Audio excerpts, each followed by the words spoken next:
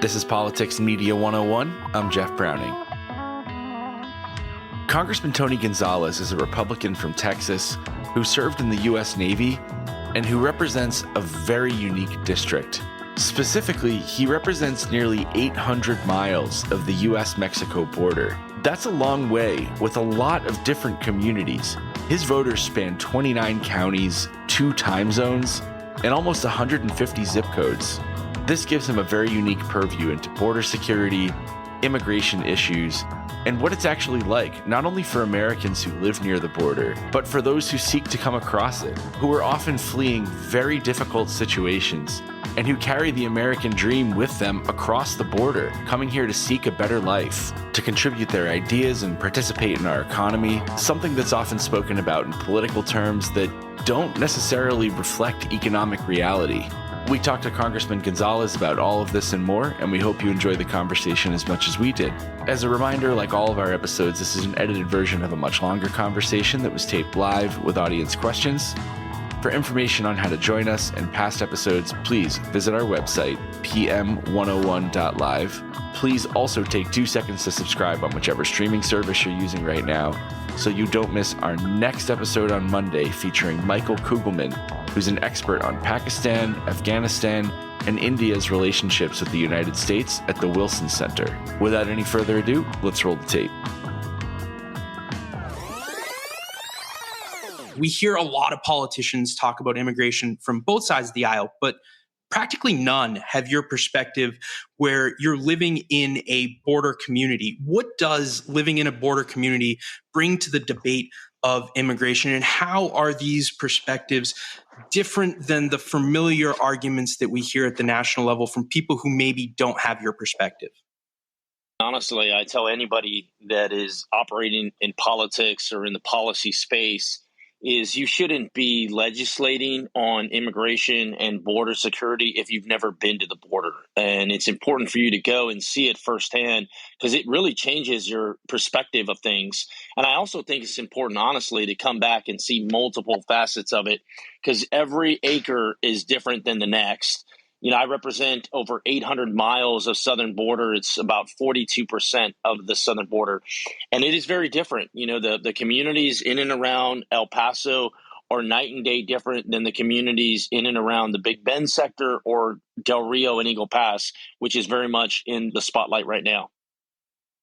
You just made me think of something. There was a big kerfluffle when VP Harris went on Lester Holt's show and wouldn't explain when she was going to visit the border. I think that President Biden gave her the Northern Triangle in her portfolio. I'm wondering if she's made it over to your district, if she's reached out to you, and if there's been any type of discussion with her, maybe not her, with her office on what's going on, not only on your border, but also the Northern Triangle. You know, that's been one of the, I would say, most frustrating things. Because one, here I'm a member of Congress, but I've tried to do less of the rhetoric and just beating up the administration all the time. And I've tried to have more of a conversation. Border security, immigration is not a new topic for any president. And I'd argue every president since the founding of this country has had to deal with these issues. And early on, I mean, even before I was sworn in, I was reaching out to the administration and going, hey, I want to work with you. Like, look, I want to find solutions to some of these problems. So to your question, no, the White House has not engaged with me at all. I'm talking zero. And it's very frustrating on that end. I have a little bit of engagement with Secretary Mayorkas, but very, very minimal amount. And it shouldn't be that way. Because like I said, I'm not trying to just beat up the administration and blame them for everything that's wrong in the world. I'm genuinely trying to work with them, but they've turned a blind eye. But you know what? They haven't turned a blind eye to just me. They've turned a blind eye to Democrats as well. You know, Henry Cuellar is my neighbor to the south, Vicente Gonzalez. You know, they won't listen to any of us. So that's the part that is, I would say, the most frustrating. I used to work for a bomb thrower, Tim Huelskamp he was a representative for the 1st District of Kansas. But anyways, very big agriculture district. I would then talk to the farmers, the employers, and they would tell me, Justin, we need comprehensive immigration reform. There are not enough Americans to take these jobs, whether they're well paying in the beef packing plant or they're in the fields. Americans will not take these jobs. We need immigrants to come in, be legalized, and take these jobs. So I'm wondering, on a larger scale, Congressman, one of the anti-immigrant, the rhetoric is that these people will take Americans' jobs. And can you walk us through whether that's true, not true, and how you view that question? Yeah, no, it's certainly not accurate at all. And I argue that you can be both in support of border security and immigration reform. It doesn't have to be either or. And I think for too long, we've seen this either or camp. You're for a closed border and not any immigrants, or you're for an open border and you welcome everybody under the sun. To your point, there are vacancies, there are work shortages in every industry. It's no longer just agriculture and construction and retail. I mean, it's every industry across the board. And I think there's an opportunity where you have people that want to come, and I often reference it. It's the American dream, and people want to come and live the American dream. Well, guess what? The American dream doesn't always start in America. That's what's so special about it. We should want people to come here and strive for that. So, Congressman, this is very much to the point that you were making about worker shortages across industries. So we've got some data here from two economic researchers at the University of California, Davis, that shows that right now, across industries in the U.S. economy, we have a 2 million person worker shortfall. So there are 2 million jobs looking for workers that cannot find those workers. And the data also show that if immigration trends from before the pandemic continued as they were, we would have 2 million more foreign-born workers in the United States now than we do. So this is almost an emergency. And it appears as though the immigration shortfall accounts for almost the entire worker shortfall that we have in our economy, which is leading to inflation and supply chain problems and all these other things that we're frustrated with. So it seems as though this is a real emergency and it requires some quick solutions. What can we do now to encourage more foreign workers to come to the United States, even in the short term, to try to fix this shortfall? Yeah, it's a good point. And, one of the things that I've been advocating for is Congress to lead again. And I think for too long, you have Congress punt to the executive branch and blame President Trump for everything that's wrong in life, or blame President Biden for everything that's wrong in life. And Congress has gotten accustomed to that, is to go, it's not our fault, it's the administration's fault, because it's the easy thing to do. You can get reelected 100 times running on that platform. But it's time for Congress to lead again. Congress is a equal branch of government, and there is a role to play, regardless of who's in the White House. I brought the chief of Border Patrol, Raul Ortiz, to the Hill, and I had 4 Democrats and 4 Republicans. I'm a new member. I'm in charge of nothing. I don't determine what makes it on the floor for votes. I don't determine what hearings we have. But I started thinking, I was like, look, man, but I'm a member of Congress, and I can use that to put things together. So we just had a roundtable. And honestly, there was no cameras there. There was no press. There was no grandstanding. It was just members, their staff. We had a +1 staff, and it was the chief of Border Patrol. And we sat down, and I go, hey, for an hour, let's just have an open discussion. 4 Ds, 4 Rs. Let's just let it fly, ask the questions, and have a real discussion. And I thought it was real fruitful. And honestly, just the fact that I had 4 Democrats in the room, I thought was important. On that same breath, I had breakfast with the U.S. ambassador to Mexico, Ambassador Salazar, and the Mexican ambassador to the U.S. maybe 2 weeks ago, week and a half ago. And the thing that upset me was there was only 2 members of Congress in that room.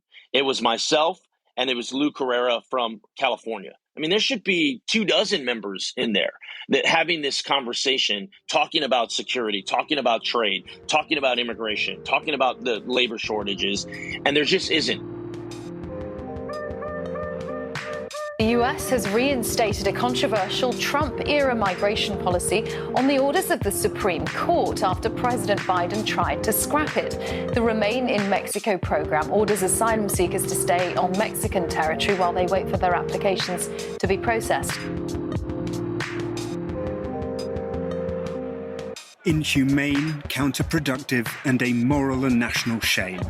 That is how President Biden That is how President Biden described the Trump-era immigration policy called Remain in Mexico when he was a presidential candidate. Now his administration is bringing it back. Not because they want to, they insist, but because the Supreme Court gave them no choice.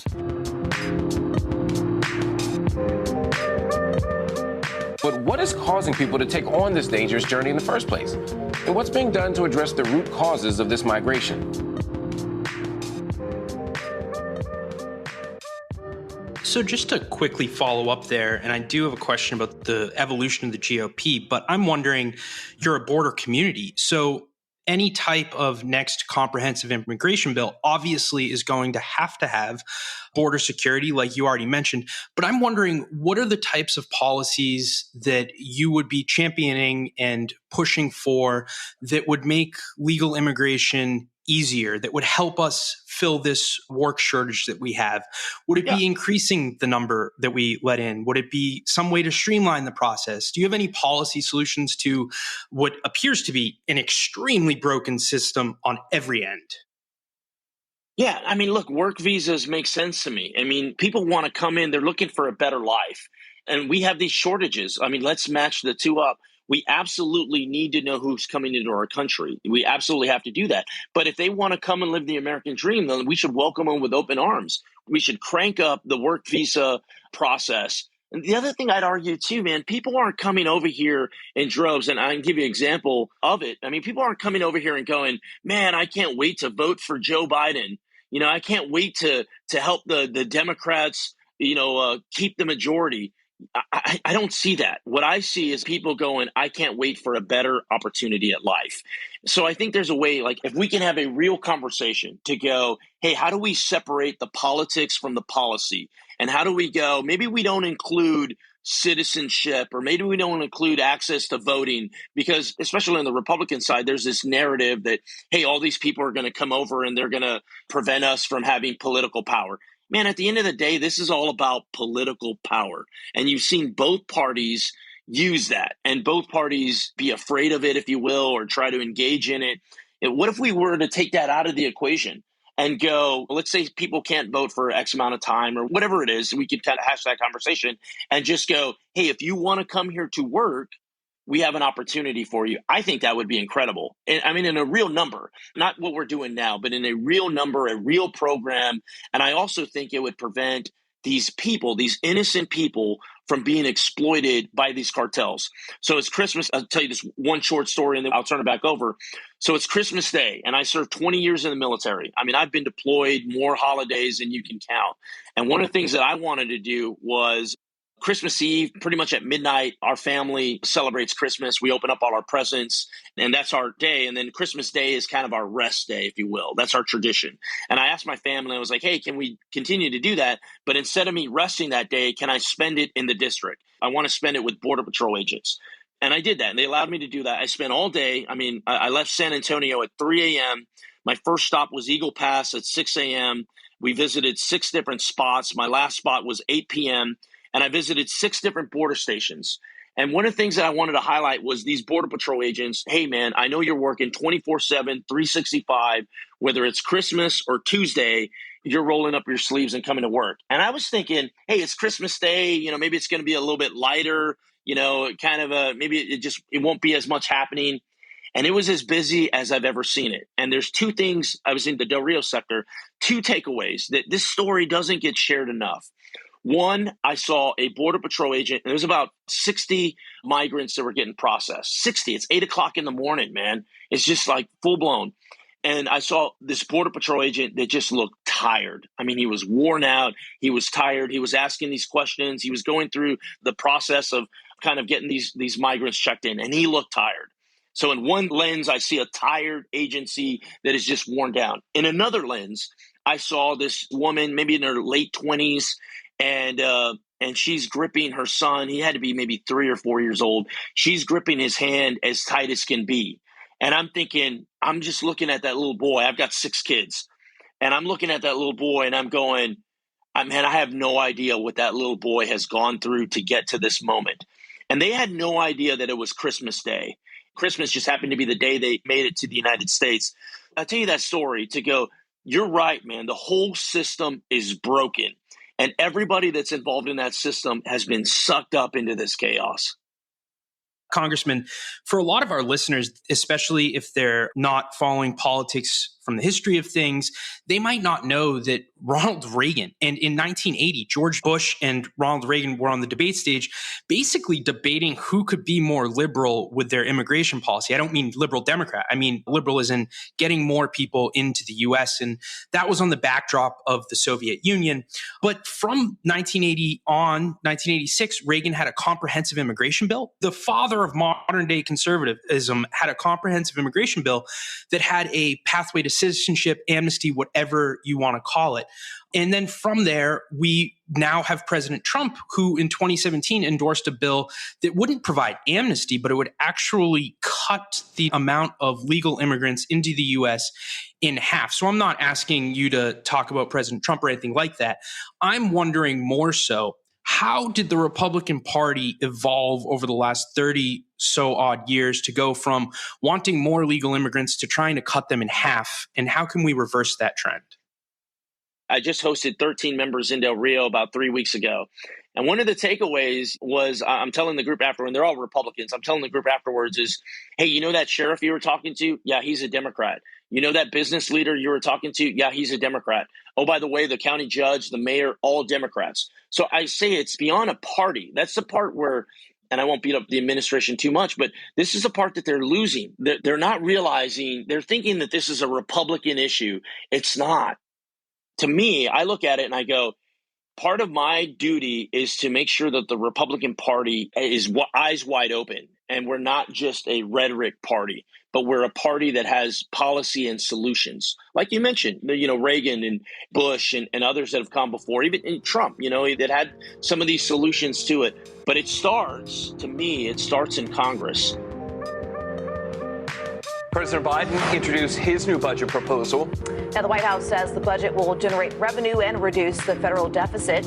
In order to accomplish those things you just mentioned, President Biden is proposing a tax increase on the wealthiest Americans and on corporations. But we're already hearing opposition from some lawmakers on Capitol Hill.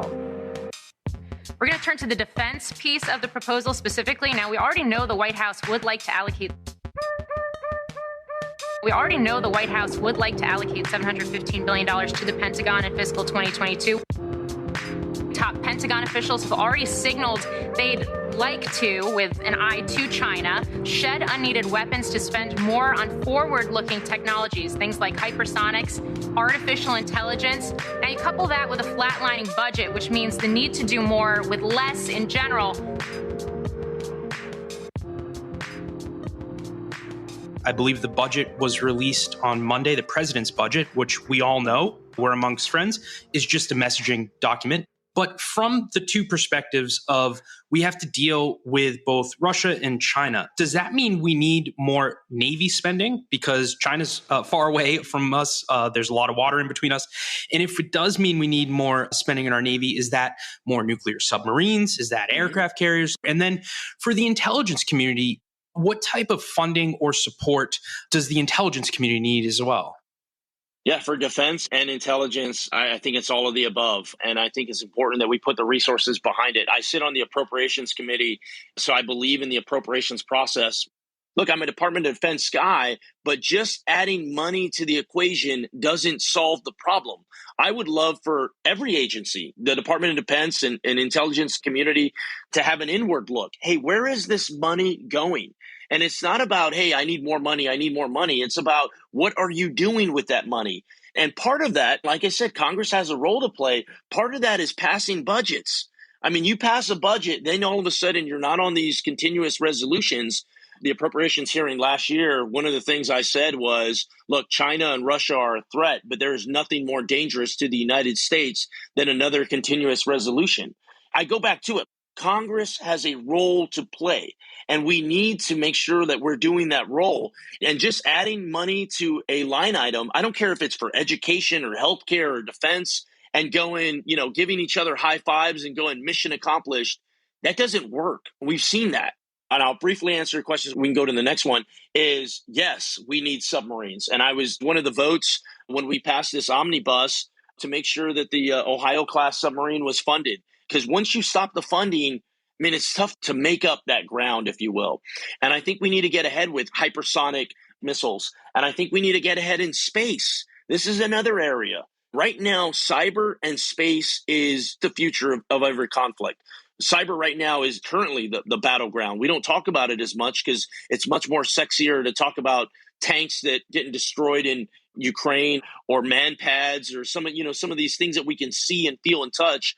But cyber and space is the future, and you have to start investing now if we're going to get ahead of it. And I think part of that is having some disruptors. I think for too long we've had these traditional stagnant ways of how we do the defense appropriations or the acquisition process.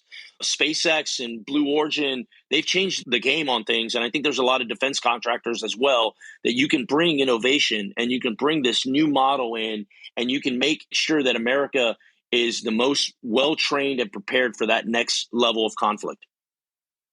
Congressman, I want to talk about some of the diplomatic angles.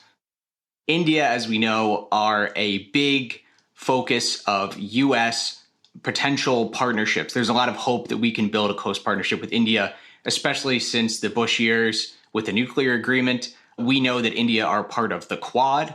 The U.S. have been doing joint military exercises with India, along with Australia and Japan. However, India remained very close to Russia. About half of India's weapons are imported from Russia. The most commonly spoken second learned language in the Indian defense sector is Russian. And we've been reminded of this after the Russian invasion of Ukraine. The Indian government are refusing to condemn the Russians for this action. Inside the Indian public, there's been a lot of support for Russia's actions in the Russian media. We're reminded of how close those relationships are and how closely intertwined the defense sectors are. So is this something that we're worried about as we're approaching this partnership? Does it significantly hamper our ability to build a real trusting relationship with India, especially one that focuses on defense, this very sensitive sector where India and Russia have such a close legacy and partnership? Man, John, you've hit it really well. And a lot of these relationships are very complex. They get muddy very fast, and you have to be able to, and a lot of times they want to know, hey, are you just here today? Like, what do you want, right? Are you genuinely committed to having a partnership with us? Are you just using a short time? Are we just using you? It's like this dance, and it's part of like showing your commitment. I'm real close to John Cornyn, senator from Texas, and I was real fortunate. He invited me on this trip that we took to India. And one of the things I told him, I was like, look, man, I'll carry your bags, dude. I just want to go and I just want to sit side saddle. But he's like, look, you don't have to carry my bags all the time, but carry them for a little bit and we'll take you there. And he let everyone on the delegation speak. I will never forget that, man, and he let me speak. So here I am speaking directly to Modi.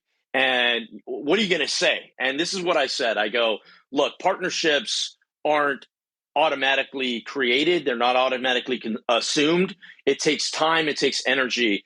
And us showing up here shows that we're committed to it. You giving us the time. It was like a Saturday or a Sunday. I mean, you making time on a weekend shows that you're committed. And I go, I have two questions for you, two areas of topic. And one of them, I mentioned cyber.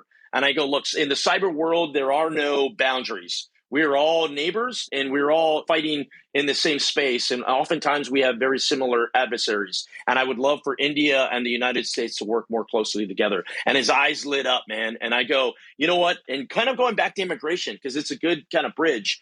I go, there's all these resources across the world, gold and oil and natural gas and all these different things. But to me, there's the most valuable resource is people. And the Indian people have found a way that they're, technologically savvy. They just are. They go to places. They have a knack for engineering. And I go, and I think there's a way that the United States needs that. Like, we need this expertise. And I think there's a way for our two countries to work together.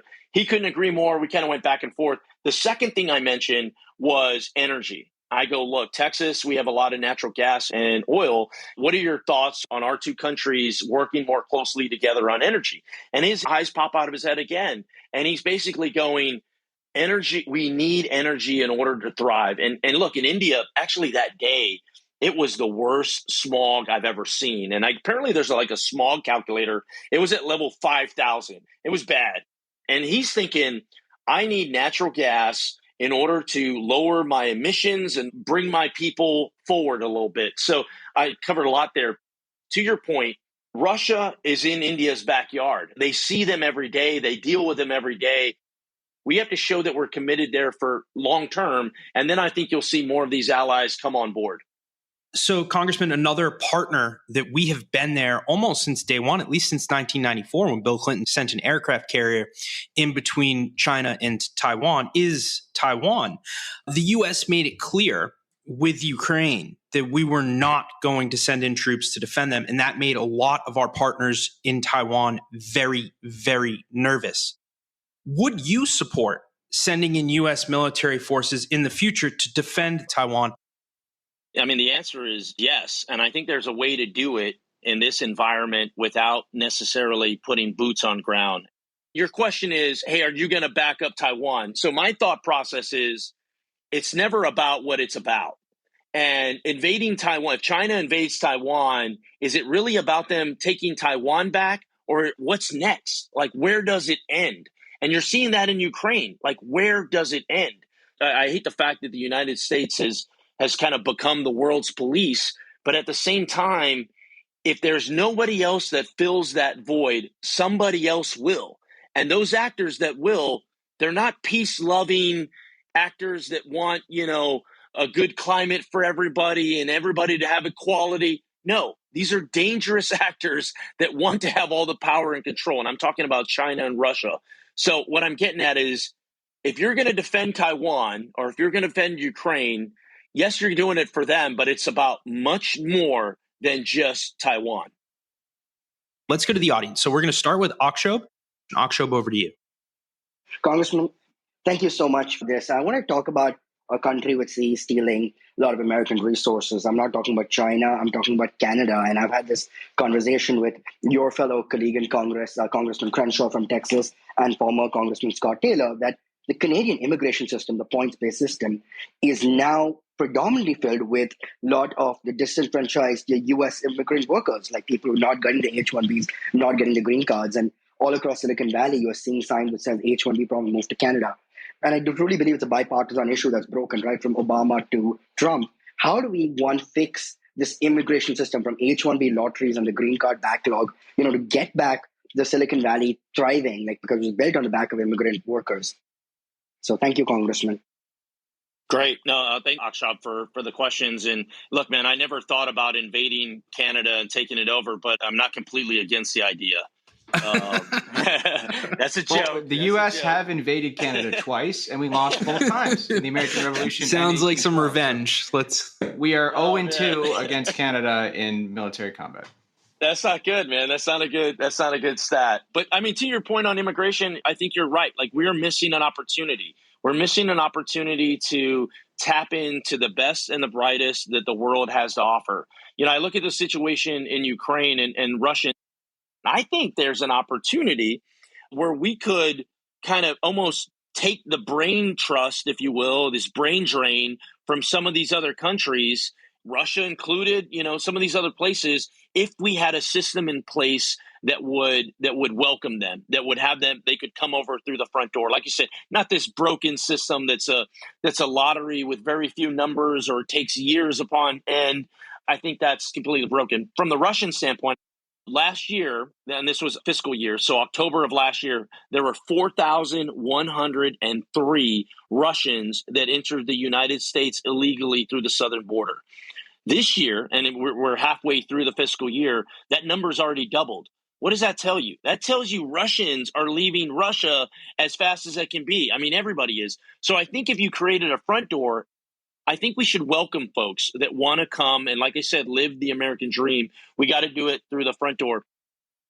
Just because Akshob mentioned Scott Taylor, I want everyone here who's listening to this to know that on the day that Russia invaded Ukraine, Scott Taylor was in Belarus, a country that helped facilitate the attack, looking to see if he could get a payout from Belarusian oligarchs to lobby the U.S. government against financial sanctions. He was in Belarus in person on the day that Belarus was helping facilitate the attack, seeing if he could get a payout from Belarusian criminals. We are going to go next to Nas. I think this is probably the last question that we'll have time for today. So over to Nas.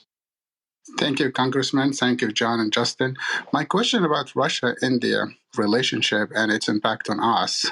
India is buying discounted oil from Russia, nearly 40%, or $36 per barrel. There are also strong military cooperation. The two are building intercontinental ballistic missiles. India is also stealing our intellectual property. It's not as bad as China, but it is bad enough. So how are we responding to India? Thank you. Yeah, no, thanks for that. And I mean, ultimately, there are no friends in this world. I mean, everybody has an angle and everybody has priorities, and it's just the way the world works. You know, I go back to it. It doesn't have to be either or. For too long, it's either India or Pakistan. You know, it's either Israel or Saudi. It doesn't have to be that way. Cyber to me is that key, because cyber is in absolutely every aspect of life, whether you're talking security, whether you're talking economics, you name it, you know, healthcare now. I mean, everything, every aspect of life. And I think it's an area that everybody wants to grow and thrive in. And I think it's something the United States can use as a carrot, if you will, to find these partners. One of the things that I've done as a member is I've reached out to as many folks as possible to go, I want to build a relationship to see where this is going. And we didn't get to talk about it because I know a lot of focus is on Asia and Europe, but Central and South America is extremely important. It's an area that the United States has forgotten about forever, and it's in our backyard. And these are problem sets that directly impact us, like things we've talked about, like border security, like immigration.